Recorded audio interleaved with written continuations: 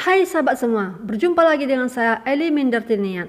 Di video ini saya ingin bercerita sebuah cerita misteri yang saya dapatkan dari seorang teman yang bekerja sebagai petugas di kamar mayat di salah satu rumah sakit kota Pekanbaru Riau ini ya. Namun di sini saya tidak bisa menyebutkan namanya, mohon maaf.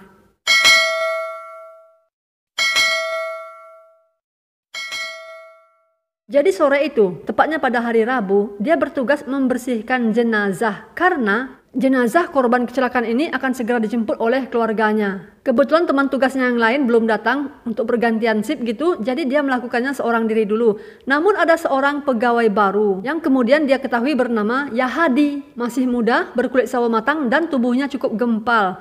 Jadi Yahadi ini bertanya, "Pak, Bapak nggak takut ya sama mayat?" Loh, jawab si bapak.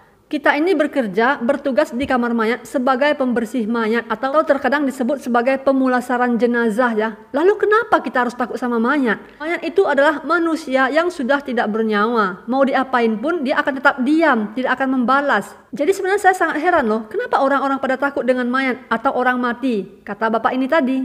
Yahadi hanya tersenyum, lalu dia bilang, "Pak, sebenarnya saya takut banget lah Pak. Takut dengan mayat ya takut dengan orang mati gitu."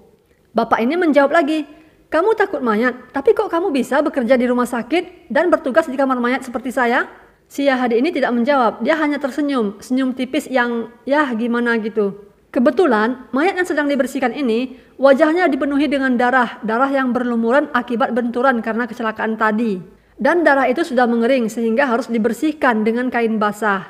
Sambil bercerita, bapak ini terus membersihkan jenazah atau mayat. Dan Yahadi ini sama sekali nggak membantu. Akhirnya bapak ini merasa jengkel. "Loh, kok kamu diam aja, cuman lihat-lihat nggak bantu? Bantu sini dong." Yahadi mendekati perlahan dan bilang, "Saya takut Pak." Tiba-tiba bapak ini tertawa. "Kamu ini lucu ya, kok aneh sekali bisa bekerja di sini. Coba kamu lihat ini." Lalu bapak ini menggelitik si mayat. Tik tik tik tik tik tik tik. Nah, kamu lihat sendiri kan, dia sama sekali nggak geli, apalagi bisa tertawa, kata si bapak itu bercanda. Lalu Yahadi melangkah lebih dekat dan memegang perut jenazah itu sambil berkata, "Kasihan banget ya Pak jenazah ini. Sebenarnya dia datang ke Pekanbaru ini untuk mencari pekerjaan. Tapi belum sempat mendapatkan pekerjaan, dia sudah meninggal karena mengalami kecelakaan. Bagaimanakah perasaan orang tua dan adik-adiknya di kampung? Karena mereka sangat berharap kepada orang ini Pak. Mereka berharap dia bisa menjadi tulang punggung keluarga karena ayah mereka sudah meninggal dunia." Pak ini hanya terdiam. Namun dia juga cukup heran kenapa Yahadi bisa mengetahui latar belakang si jenazah. Karena terkadang pihak rumah sakit menerima jenazah tanpa mengetahui asal-usul si jenazah ini hanya berdasarkan KTP saja. Kalau KTP kan hanya menerangkan nama, alamat, dan umur itu saja, yang lain-lain tidak ada. Tapi bapak ini tidak bertanya, dia tetap membersihkan mayat dan mulai membersihkan wajah. Ketika darah yang sudah hampir mengering di wajah itu, dia bersihkan semuanya dan terlihatlah wajah si mayat. Ternyata seorang pemuda yang manis, berkulit sawo matang, dengan pipi yang agak tembem. Dan bapak ini pun kaget. "Loh, ini kan wajahnya Yahadi." Lalu bapak ini menoleh ke samping di mana tadi Yahadi berdiri dan ternyata benar, Yahadi sudah tidak berdiri di sana lagi. Ternyata bapak itu hanya seorang diri. Lalu di mana Yahadi yang tadi ia ajak bicara?